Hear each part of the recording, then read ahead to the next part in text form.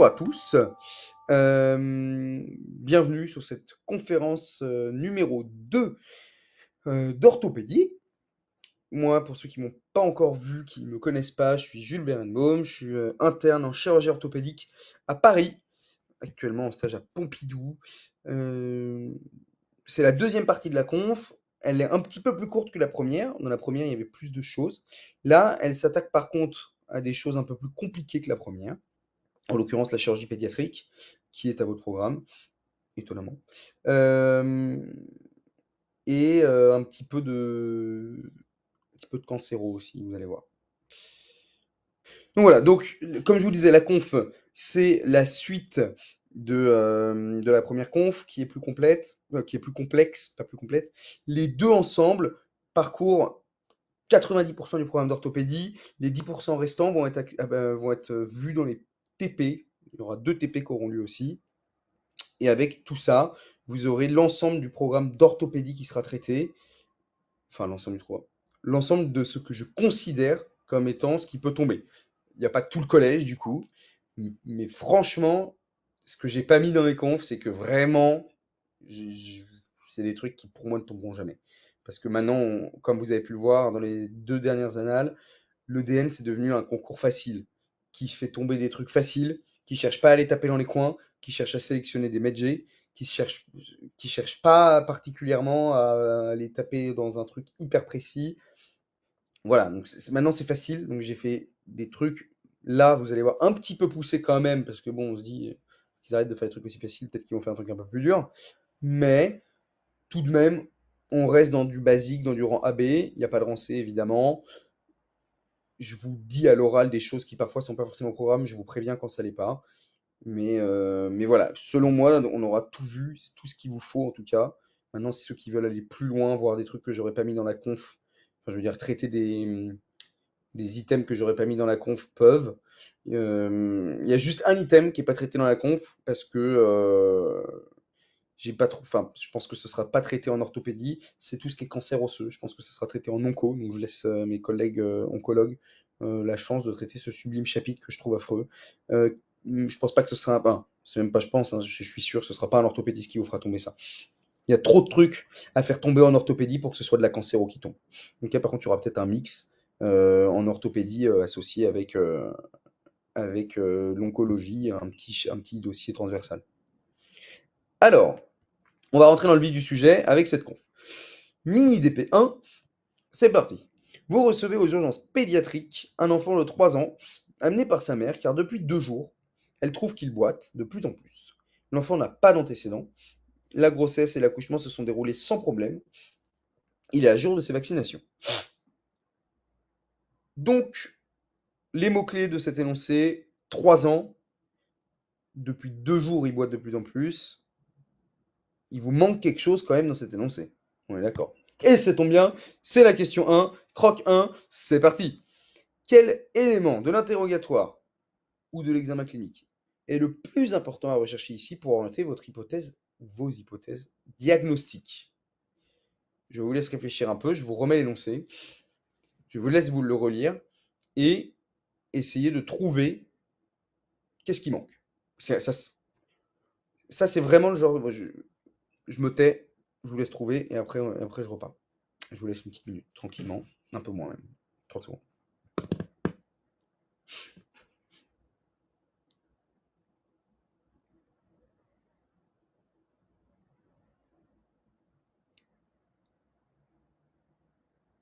Donc, pour ce genre de questions, il faut vraiment essayer de prendre du recul, vous dire, ok, où est-ce qu'il veut en venir? Souvent, les crocs, c'est bizarre, on est d'accord.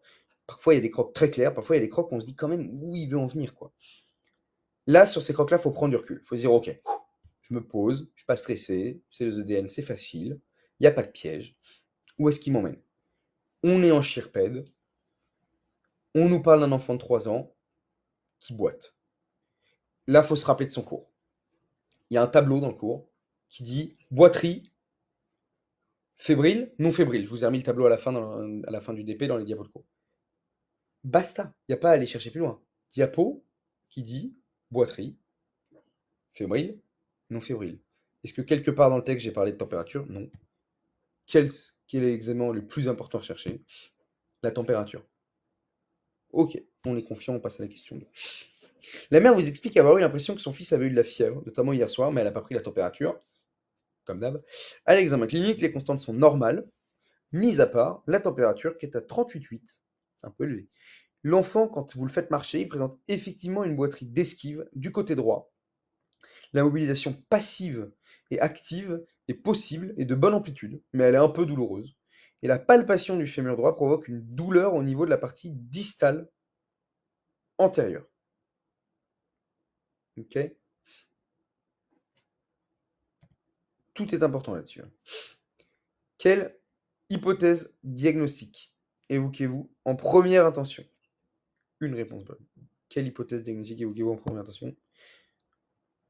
Ces questions sont hyper importantes. Elles sont. Alors, je vous avoue qu'en tant que conférencier, c'est très dur de. C'est pour ça qu'il n'y en a pas énormément des questions comme ça. C'est très dur de faire des questions comme ça. Mais c'est ça qui tombe maintenant beaucoup. C'est les questions du style: quelle est votre principale hypothèse diagnostique? Quels sont les deux qui vous orientent le plus? Vous allez voir que dans toutes mes confs, là, j'ai volontairement pas mis ce côté quels sont les trois qui vous orientent, quels sont les deux qui vous orientent. Pour rappel, hein, quand c'est une question de rang A, normalement, on vous précise combien de réponses sont attendues. C'est censé être comme ça. Quels sont les deux si, machin. Quels sont les trois parmi celles-ci qui sont vraies. Je l'ai pas mis parce que ça rend le truc encore plus facile. Et que pour vous faire apprendre, je pense que c'est pas bien d'apprendre comme ça. Sauf pour ce type de questions qui sont un peu compliquées parfois et où du coup on vous demande vraiment de prioriser. Mais sinon, en règle générale, j'ai fait exprès de ne pas mettre, pour les conférences en tout cas, quels sont les deux, quels sont les trois, machin. Ça, ce sera pour les concours blancs, pour les choses comme ça, mais pas pour les confs. Parce que sinon, je trouve que la conf n'a pas d'intérêt, ça pousse pas à la réflexion correcte. Voilà. Donc, il y en a quelques-unes quand j'ai trouvé que ça avait de l'intérêt. Là, en l'occurrence, je trouve que ça a de l'intérêt. Donc là, c'est un travail de priorisation. Quelle hypothèse diagnostique évoquez-vous en première intention? En soi, vous pouvez toutes les évoquer, les hypothèses diagnostiques, mais il faut prioriser. Alors, est-ce qu'on évoque une arthrite septique de hanche droite? Est-ce qu'on évoque une synovite aiguë transitoire de hanche droite? Est-ce qu'on évoque une ostéomyélite aiguë du fémur droit? Une arthrite septique du genou droit? Une ostéochondrite primitive de hanche? Bon, je vous remets l'énoncé. Le patient, il boite d'esquive à droite, température à 38,8. Ça, déjà, ça va vous faire ding, je m'oriente vers un truc de sceptique. La mobilisation passive et active est possible et de bonne amplitude. Ça, c'est hyper important comme phrase. Mais hyper important. Oui, elle est douloureuse, mais elle est possible et de bonne amplitude. Un enfant qui a une arthrite septique, il n'aura pas une mobilisation de bonne amplitude. Mais je vous le garantis, même vous, avec une arthrite septique, vous n'aurez pas une mobilisation de bonne amplitude. Et la palpation du fémur droit sur la partie antérodistale provoque une douleur. Donc là, une seule réponse possible. On doit évoquer en priorité l'ostéomyélite aiguë en première intention. C'est le plus probable. Ok? L'arthrite septique de hanche droite, non. Le patient a une mobilisation possible et de bonne amplitude. Et tous les mots-clés ont un sens dans les énoncés. Rien n'est laissé au hasard. Parfois, il y a des distracteurs, on est d'accord, mais quand il y a des choses comme ça qui ne sont pas distracteurs, il faut comprendre pourquoi ils volent. Synovite aiguë transitoire de hanche droite, non. Là-dessus, ce n'est jamais à évoquer en première intention comme ça chez un patient fébrile. Arthrite septique du genou droit, pareil, non. On a dit que les mobilisations passives étaient de bonne amplitude.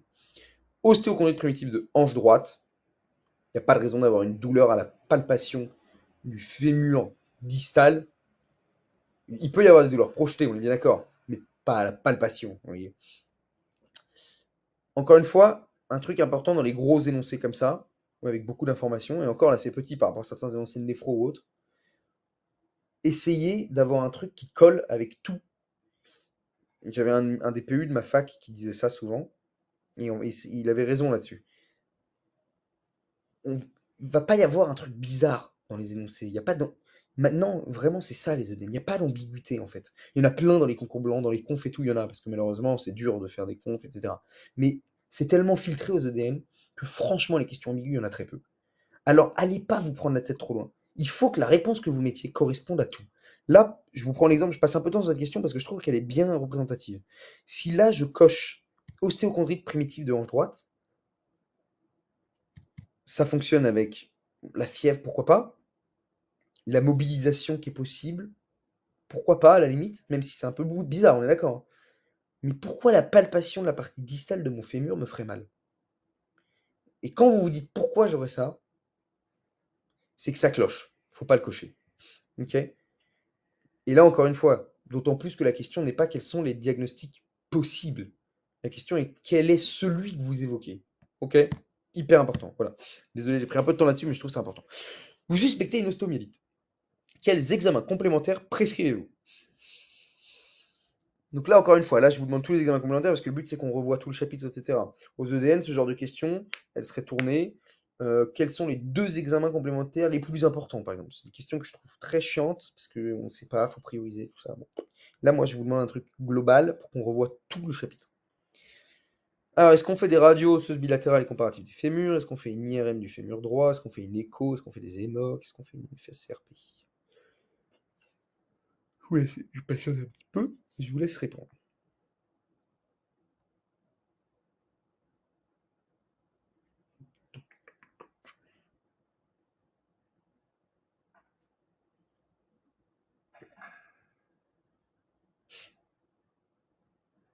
Alors, radiographie osseuse bilatérale et comparative des fémurs. Les radiographies bilatérales et comparatives chez les enfants, c'est très très rare. Tout simplement parce qu'on n'a pas envie d'irradier pour rien un gosse. Alors oui, la radio, pas beaucoup d'irradiation, blablabla. Ok. Mais dans la tête de tout le monde, on évite de faire des radios trop chez les enfants. Donc les radios comparatives chez les enfants, posez-vous bien la question avant de cocher ça aux EDN, hein. Mais vraiment. IRM du fémur droit, oui, oui, oui. Triple oui. C'est ça qui permet de faire le diagnostic positif dans la majorité du temps. L'échographie du fémur droit, oui, c'est marqué dans votre collège. C'est pour rechercher les complications, avec un S de complications d'ailleurs. Parfois, il y a des complications qui ne sont pas visibles à l'IRM. Bon, c'est très rare. Je comprends pas pourquoi ils disent ça, mais c'est ce qu'ils disent. Normalement, à l'IRM, on voit tout. On fait quand même une écho, tac, tac, petit coup d'écho, on voit les complications, on voit s'il y a un abcès supériorité, un truc comme ça, on va bien le deviner. Euh, les émocs, pas trop de doute, hein. On a un gosse de 3 ans fébrile, avec un point d'appel ostéo-articulaire, on balance les émocs, hein. On suspecte une ostéomyélite, on envoie des émocs. Encore une fois, c'est bien dit dans votre chapitre, je vais finir de répondre et je dis ça. NFS-CRP, bilan infectieux global. C'est bien dit dans votre chapitre, on va le revoir à la fin aussi, mais chez les adultes, on est plutôt sur des ostéites qui sont provoquées par une exposition de l'os directement, par un point d'appel infectieux. Chez les enfants, c'est des ostéomyélites. C'est de la diffusion sanguine de bactéries qui vient se fixer sur de l'os. Ça veut dire qu'il vous faut des émocs, absolument. Ce n'est même pas envisageable de ne pas faire d'émocs. J'aurais même dû le mettre en pas coché zéro. Les hémoculteurs sont indispensables. La radiographie, elle va être pas bilatérale et comparative, elle va être uniquement du côté atteint. Il faut faire la radiographie parce que même si vous verrez rien, ça vous donne une radiographie initiale.